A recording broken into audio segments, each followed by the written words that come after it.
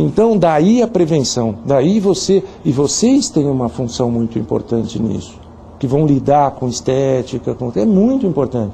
Vocês têm que saber identificar alguma coisa desse tipo e falar, olha, peraí, isso aí vai no dermatologista, vai olhar, não brinca com isso não.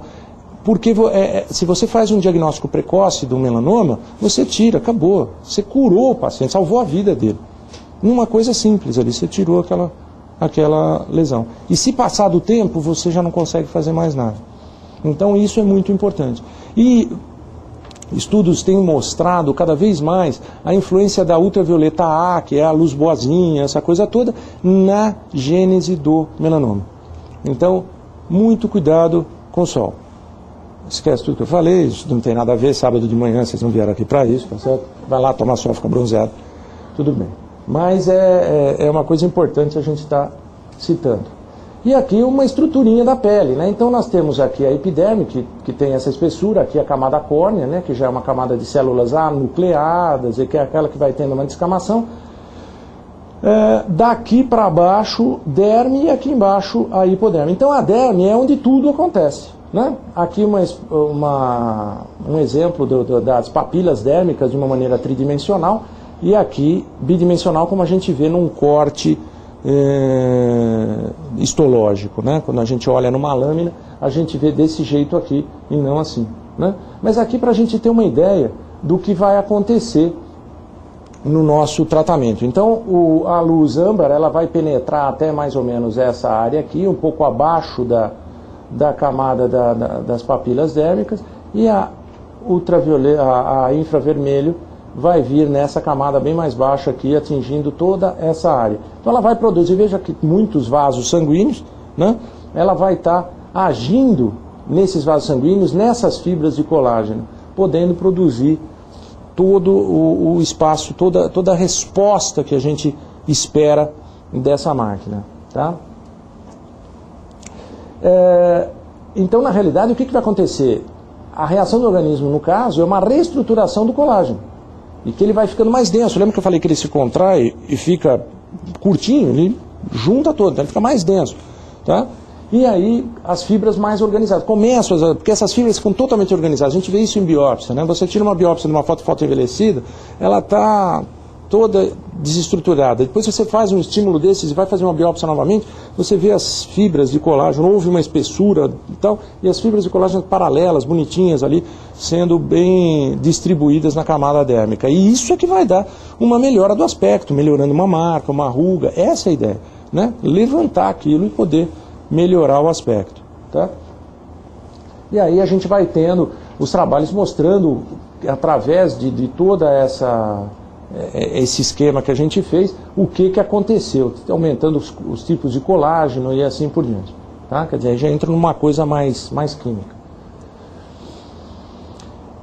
Aqui é uma coisa interessante. O tight skin ele foi projetado para irradiar uma luz continuadamente, não em pulsos. Tá. Quando a gente falou lá atrás do laser, além do laser nós temos também uma outra coisa muito utilizada, que é a luz pulsada. Talvez vocês trabalhem com vários aparelhos também de luz pulsada. E o que é isso, né? Luz pulsada? Você tem uma emissão de uma energia muito grande num curtíssimo espaço de tempo. E ela é dada em pulsos. Então o laser normalmente ele dá uma coisa muito rápida, quer dizer, nanosegundos aí de exposição. Aí o que vai acontecer com isso? Ele é muito legal porque você manda uma alta energia num curtíssimo espaço de tempo. Ele é ótimo para queimar alguma estrutura, por exemplo, um vaso sanguíneo. Ele destrói aquele vaso sanguíneo, ele coagula aquele vaso sanguíneo, ele destrói uma região onde tem pigmentos, ele destrói uma tatuagem, vai lá dentro, destrói aquele pedaço, fazendo com que os pigmentos sejam reabsorvidos. Ele queima um pelo. Eu aplico um laser na camada superficial do pelo aqui, ele carboniza o pelo inteiro, e aí ele vai queimar as estruturas responsáveis pelo crescimento desse pelo, fazendo com que haja uma depilação definitiva.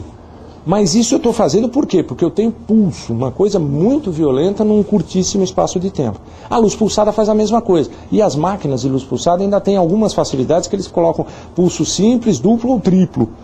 Então você pode ter dentro daquele... logicamente que a nossa visão não percebe porque é muito rápido, mas você pode ter vários pulsos ali. Então esse tipo de procedimento é melhor para você fazer vaso, pelo, manchas, do que para você fazer fotorrejuvenescimento. Por quê? Porque se eu consigo manter a mesma energia ao redor de 40 joules por um tempo de 1, 2, 3 minutos, eu vou ter um estímulo muito maior. Tá? Eu vou poder abranger uma área maior do que o laser, que é uma coisa focal. Lembra lá que ele é colimado, ele sai aquele negocinho, isso era um foco. Então, quando eu consigo, através de uma lâmpada dessas, ter uma área maior sendo estimulada e por um período maior de tempo, que eu consigo com segurança manter esse tipo de ação, eu vou ter um resultado de estímulo de produção de colágeno, de fotorrejuvenescimento muito melhor. Aí nós estamos falando do quê? Como eu disse lá, o resurfacing ablativo, a partir do laser de CO2, eu agredi da epiderme até onde eu queria. Nesse caso, o que eu fiz? Eu fiz o contrário. Eu entrei, agredi aqui, sem ter passado por essa área. Essa área está protegida, não existe uma ablação, não existe uma agressão. Então eu estou falando de um resurfacing não ablativo. Então quanto maior o tempo que eu puder expor a uma determinada temperatura, uma determinada energia, melhor o resultado que a gente vai obter nesse sentido. Daí a diferença entre o que é o laser, a ação como ele faz, e o que é o tight skin e a maneira como ele age. Tá? Então, aqui como a gente havia dito, os aparelhos que emitem pulso, né, como laser, IPL, alta frequência, que é hoje alguns aparelhos como Accent, que são aparelhos de alta frequência, que emitem calor também, mas eles têm sempre... Cada um tem as suas vantagens, né? Mas eles têm uma ação mais focal. Tá? Então, com isso a gente consegue ter aí um resultado interessante. Falando um pouquinho da terapia fotodinâmica, né? Que eu disse que era importante, porque é possível que vocês, ao começarem a lidar com esse aparelho, vocês possam ter que estar trabalhando com alguém que faça terapia fotodinâmica. O princípio da terapia fotodinâmica é o seguinte, consiste na terapêutica que induz a citotoxicidade, ou seja, a agressão a uma célula por meio de uma fonte de luz. Então a fonte de luz nós já temos. Tá? O que eu preciso mais para isso? Eu preciso de uma substância que seja fotossensibilizante. Então, essa substância fotossensibilizante, hoje, há algum tempo já, vem sendo usado um determinado produto, que é o ALA, né, o ácido aminolevulínico, que ele faz o quê? As células ruins, vamos dizer assim, as células cancerosas, ou as células de uma queratose actínica, as células fotoenvelhecidas, o que elas estão? Elas estão danificadas. Elas são células que não têm aquela camada externa de citoplasma e tudo mais, a membrana citoplasmática, tudo isso bem íntegras. Então essas células danificadas, elas absorvem mais essa substância. Então o que eu faço? É uma substância que eu passo. É uma vantagem, porque já se usou muito esse fotossensibilizantes sistêmicos. Você toma uma determinada medicação, ela vai se impregnar em determinados locais e depois você vai estimular. Um exemplo simples, que não é essa a intenção, mas que é um efeito colateral, é o ácido retinóico, né? Por exemplo, o Roacutan, né? Que é a isotretinoína que a gente usa para o tratamento da acne. Qual é o cuidado principal, quer dizer, fora a gravidez, aquela coisa toda, qual é o cuidado? Gente, filtro solar, não pode se expor ao sol. Por quê? Porque o ácido retinóico é fotossensibilizante.